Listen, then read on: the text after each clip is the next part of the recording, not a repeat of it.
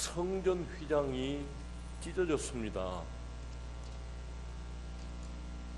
그 휘장의 의미와 역사를 살펴보겠습니다. 이는 곧 성경 전체의 핵심을 이 짧은 시간에 다 정리해 보겠다라고 하는 것입니다. 성경 전체가 가장 잘 압축된 말씀이 마태복음 1장 1절이랍니다.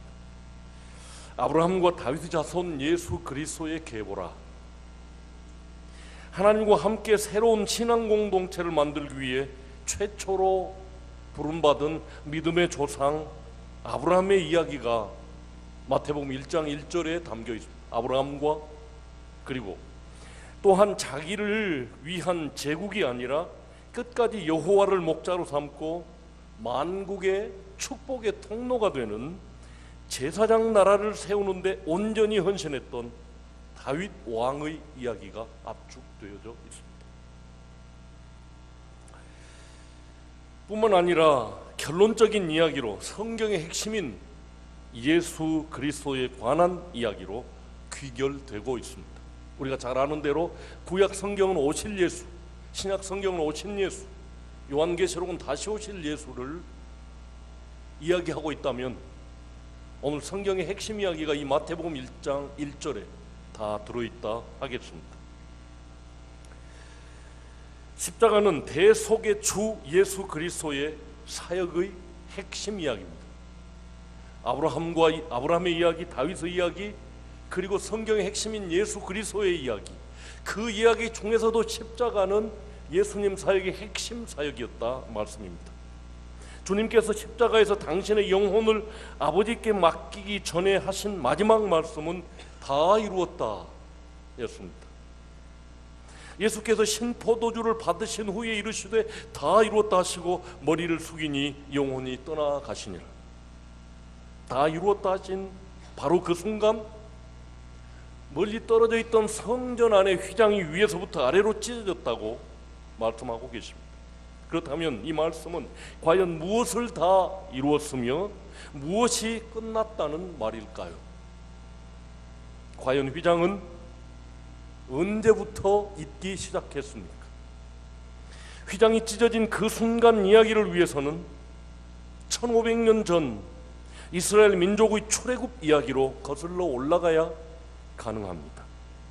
이 이야기의 발단은 이스라엘 민족의 폭발적 번성을 보다 못한 애굽 제국의 바로 황제가 조그만 민족 이스라엘을 압제하는 데서부터 시작됩니다.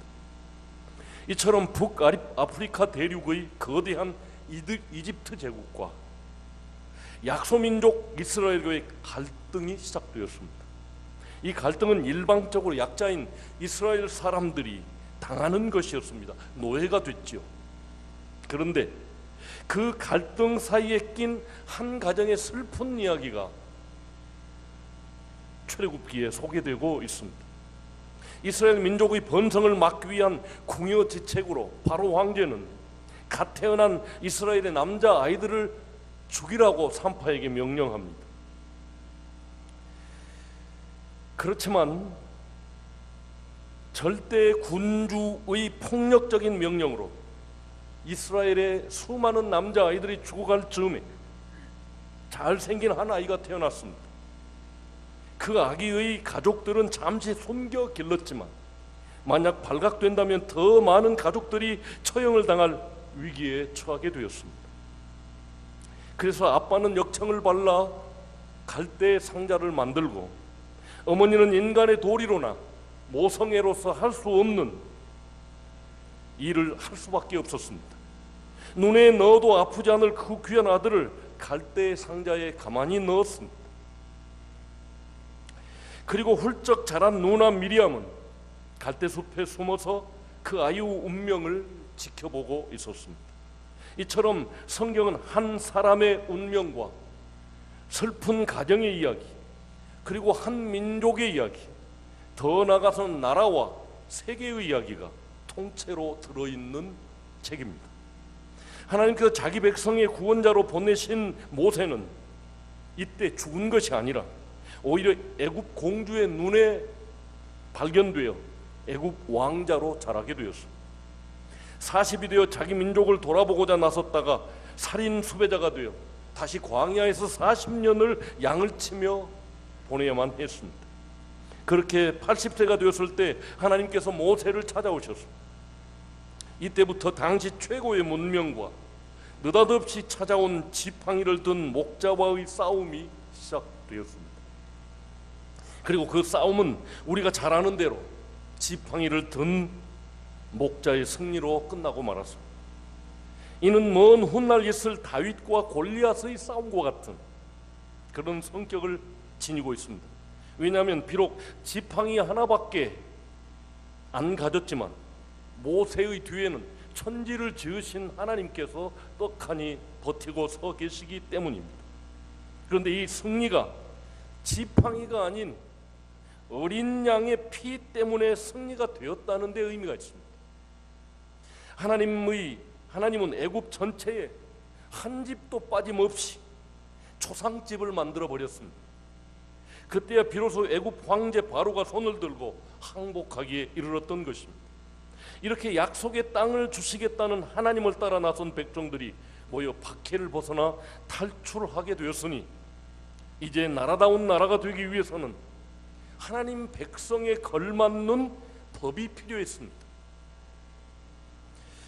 그래서 하나님은 모세를 신의 산으로 불러 올려서 율법을 주십니다. 이처럼 모세와 연합하여 만든 나라의 법의 핵심을 하나님이 돌판 둘에다가 기록해 새겨 주었습니다. 그리고 그 나라는 율법의 말씀이 중심이 되어 움직였습니다. 그러면서 하나님은 당신의 분명한 뜻을 전하십니다. 내가 이스라엘 자손 중에 거하여 그들의 하나님이 되리니 그들은 내가 그들의 하나님 여호와로서 그들 중에 거하려고 그들을 애굽 땅에서 인도하여 낸 줄을 알리라. 나는 그들의 하나님 여호와니라. 하나님의 법 율법의 핵심인 십계명 적어놓고 그 성막 지성소에 넣어놓고 하나님이 내가 너희들 가운데 거한다 라고 말씀하신 것입니다. 아울러 하나님께서는 당신의 임재의 상징인 그 말씀을 담을 성막의 상세한 설계도를 보여주었습니다. 하나님께서 지혜의 영을 부은 사람들로 성막을 짓게 하고 그 지성소에 십계명 두 돌판을 넣어 하나님의 임재 곧 그 백성 가운데 거하시는 하나님의 임마누엘을 표현하셨습니다.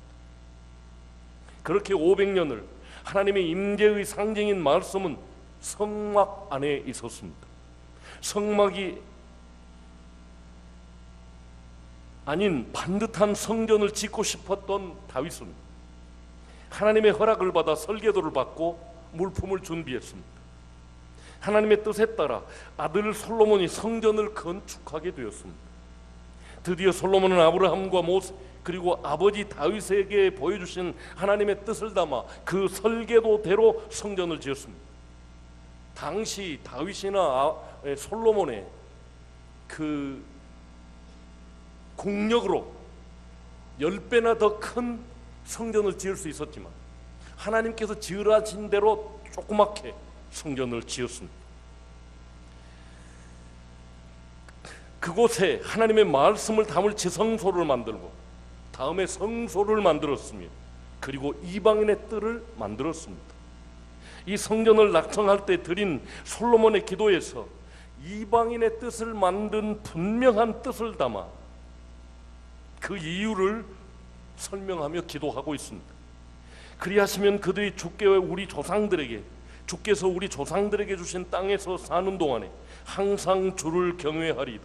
또 주의 백성 이스라엘에 속하지 아니한 자 곧 주의 이름을 위하여 먼 지방에서 온 이방인이라도 그들이 주의 크신 이름과 주의 능한 손과 주의 펴신 팔의 소문을 듣고 와서 이 성전을 향하여 기도하거든 주는 계신 곳 하늘에서 들으시고 이방인이 주께 부르짖는 대로 이루사 땅의 만민이 주의 이름을 알고 주의 백성 이스라엘처럼 경외하게 하시오며 또 내가 건축한 이 성전을 주의 이름으로 일컫는 줄 알게 하옵소서. 이것이 성전 낙성식 때 솔로몬이 한 기도의 일부입니다. 하나님께서 이미 천명하신 제사장 나라 곧 만민의 축복의 통로가 되는 제사장 나라 시작을 알리고 있는 기도인 것입니다. 이사야 선지자도 큰 소리로 외쳐 예언했습니다. 내가 곧 그들을 나의 성산으로 인도하여 기도하는 내 집에서 그들을 기쁘게 할 것이며 그들의 번제와 희생을 받게 되리니 이는 내 집은 만민이 기도하는 집이라 일컬음이 될 것임이라. 예수님께서 예루살렘 성전을 방문하셨을 때 크게 진노하셨습니다.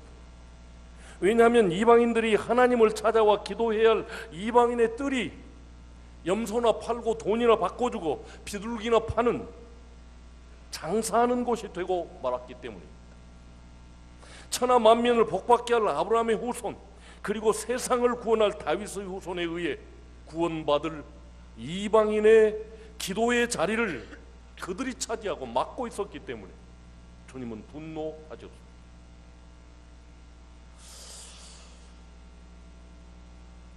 이사야의 말씀을 인용하여 주님이 말씀하셨습니다. 기록된 바 내 집은 만민이 기도하는 집이라 칭함을 받으리라. 고 하지 아니하였느냐? 너희는 강도의 소굴을 만들었도다.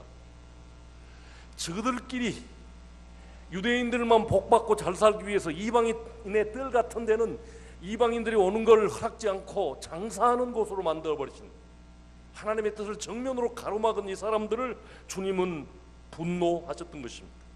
마지막으로 대제사장과 지성소의 관계를 살펴보겠습니다. 대제사장은 1년 1차씩 이 성전 지성소에 죽을 각오를 하고 들어갔습니다. 왜 하나님께서는 유일하게 대제사장에게만 이런 사명을 맡기셨을까요? 구약 성경에는 대제사장과 관련이 되어 있는 또 하나의 하나님의 명령이 있습니다. 이는 살인자가 대제사장이 죽기까지 그 도피성에 머물러야 할 것임이라. 대제사장이 죽은 후에는 그 살인자가 자기 소유의 땅으로 돌아갈 수 있느니라.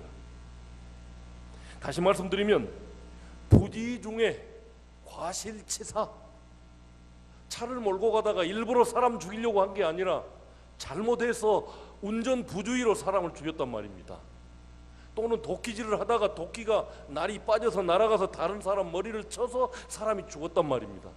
죽일 의도가 아니라 과실치사, 부지 중에 사람을 죽였을 경우 형제와 친척들의 복수를 피하여 하나님께서 지정하신 도피성으로 피했다가 제사장이 죽으면 사면을 받고 자기 집 곧 소유의 땅으로 돌아가도록 허락하신 것입니다.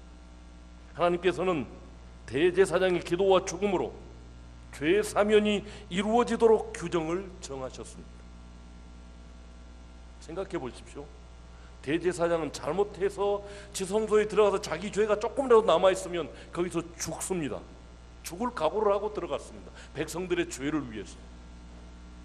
또 대제사장이 살아있는 동안 어떤 사람이 과실차서 사람을 죽여서 도피성에 피했는데 저 대제사장 빨리 죽으면 좋겠다. 가족들은 얼마나 기도했겠습니까? 저 대제사장님 빨리 데려가 주십시오 하나님. 죽음을 전제로 살고 있는 사람이 대제사장이었습니다.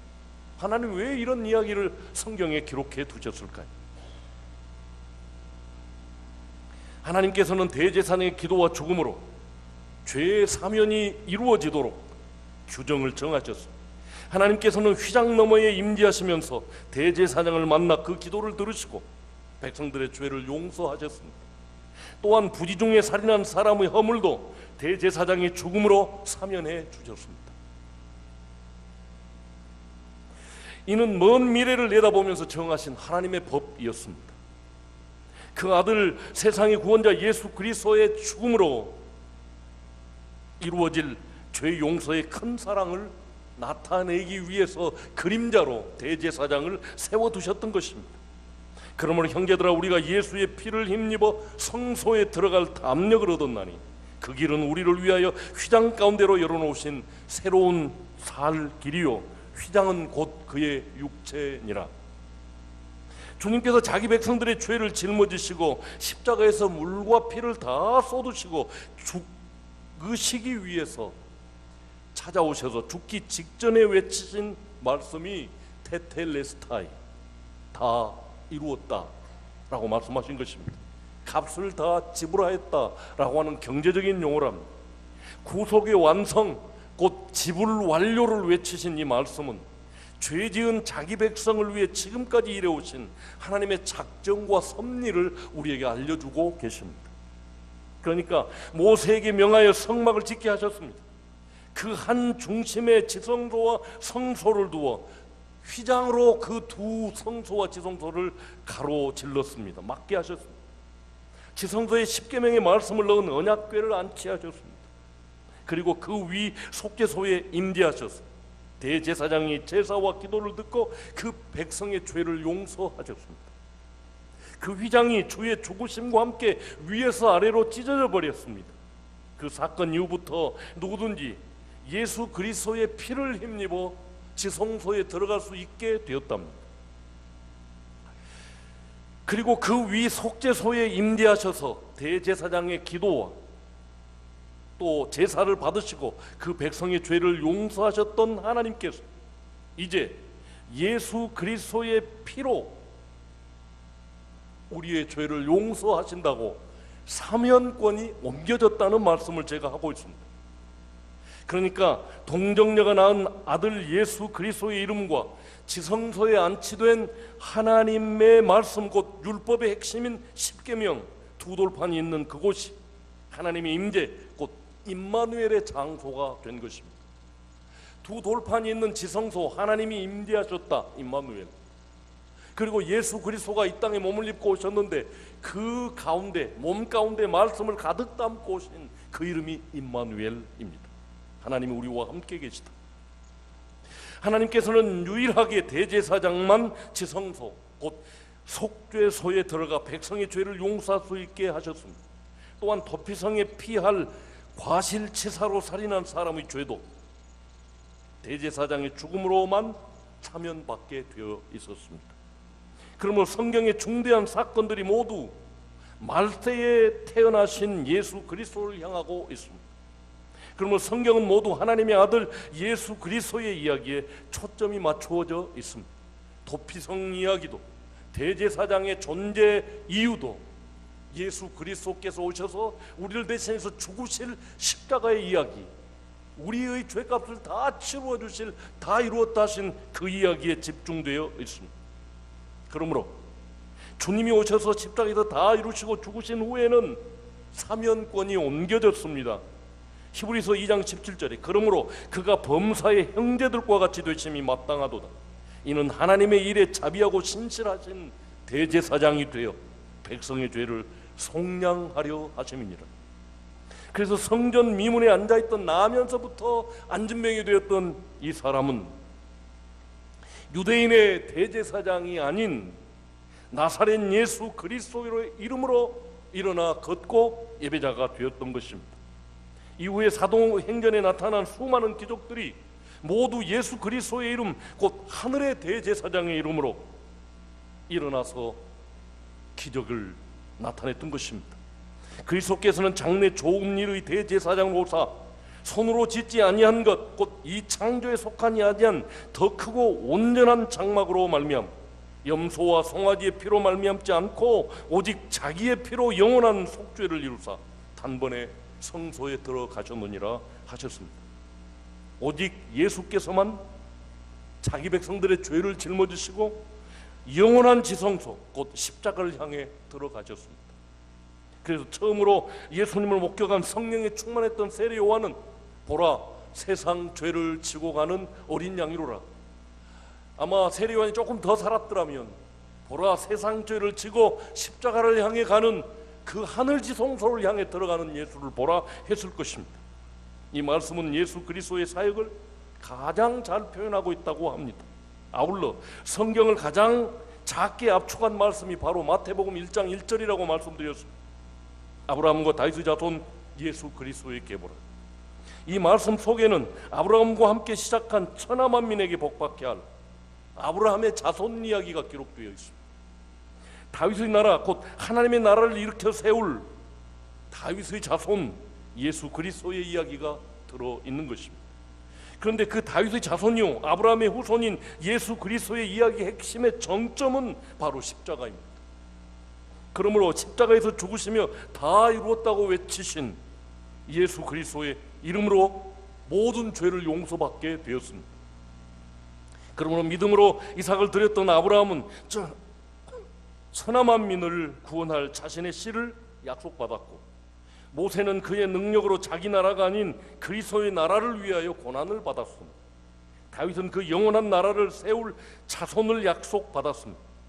이들은 모두, 아브라함, 모세, 다윗, 이들은 모두 그리스도와 그의 나라를 위해 일한 사람들이었습니다. 그러므로 주님께서는 성전 휘장이 아닌 자기의 몸을 찢어 열어놓으신 새로운 살길로 나와 하나님을 뵙고 그 나라를 위해 섬기는 삶을 살자고 오늘 또 우리를 간곡히 부르고 있는 것입니다. 다 이루었다. 죄값은 우리 주님이 다 치루었으니 이제 내게로 나와 나를 믿으라. 나를 보내 나를 대신해서 죽게 하시고 너희 죄값을 다 치르게 하셨으니 나와 내게 듣고 구원을 받으라. 그것을 전하라고 우리에게 요청하고 있는 것입니다. 함께 찬양하겠습니다. 433장입니다.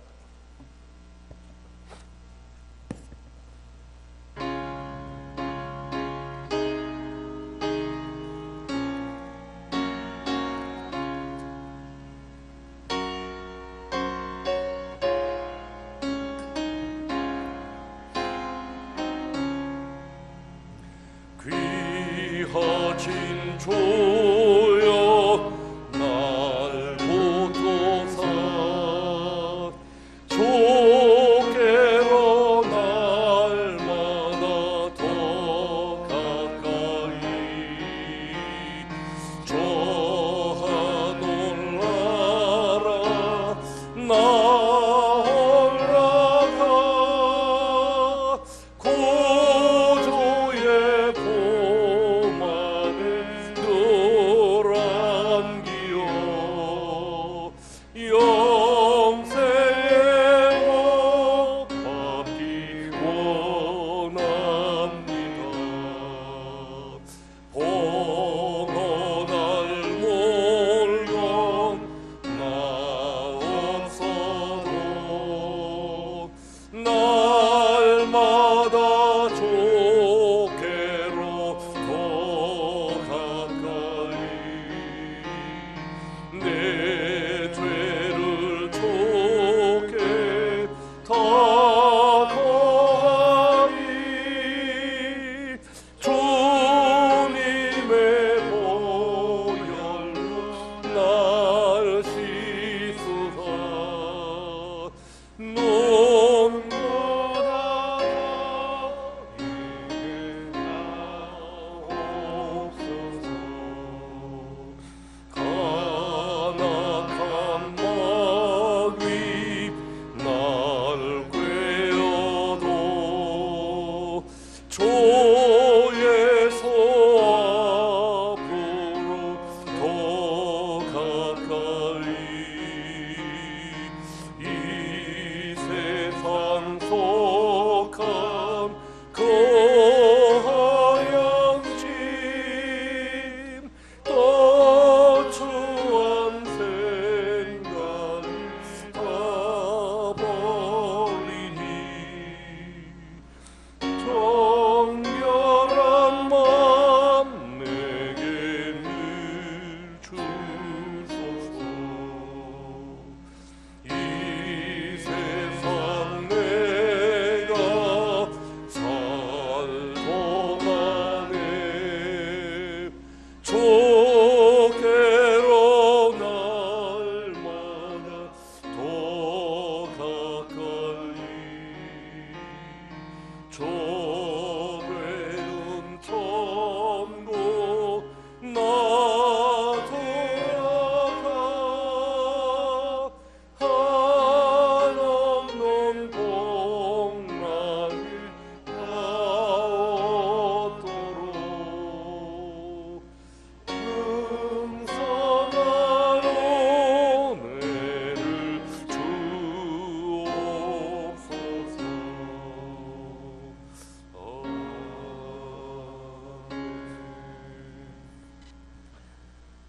오늘 점심은 나상화 장로님 둘째 우리 민경양 결혼을 기념해서 나상화 장로님 댁에서 준비했습니다.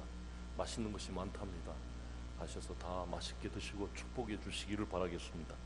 함께 기도하겠습니다. 다 같이 일어서십시오. 사랑하는 아버지 하나님, 은혜를 감사합니다.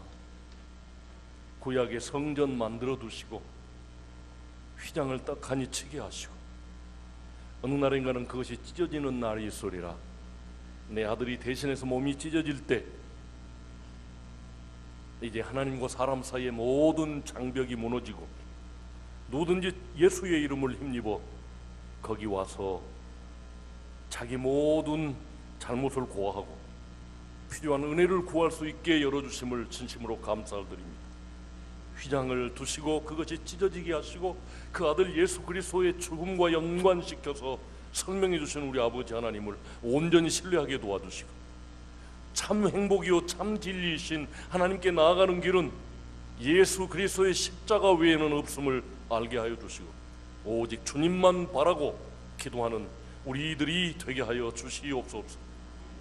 여호와는 내게 복을 주시고 너를 지키시기를 원하며 여호와는 그 얼굴로 내게 비추사 은혜 베푸시기를 원하며 여호와는 그 얼굴을 내게로 향하여 두사 평강 주시기를 원하노라. 오늘 또 예수 그리스도의 피를 힘입어 지성소에 들어가 하나님 뵙고 기도하기 원하는 사랑하는 모든 성도들 머리 위에 그 가정과 자녀손과 일터 위에 성부 성자 성령 하나님의 은총이 영원토록 함께 있을지어다.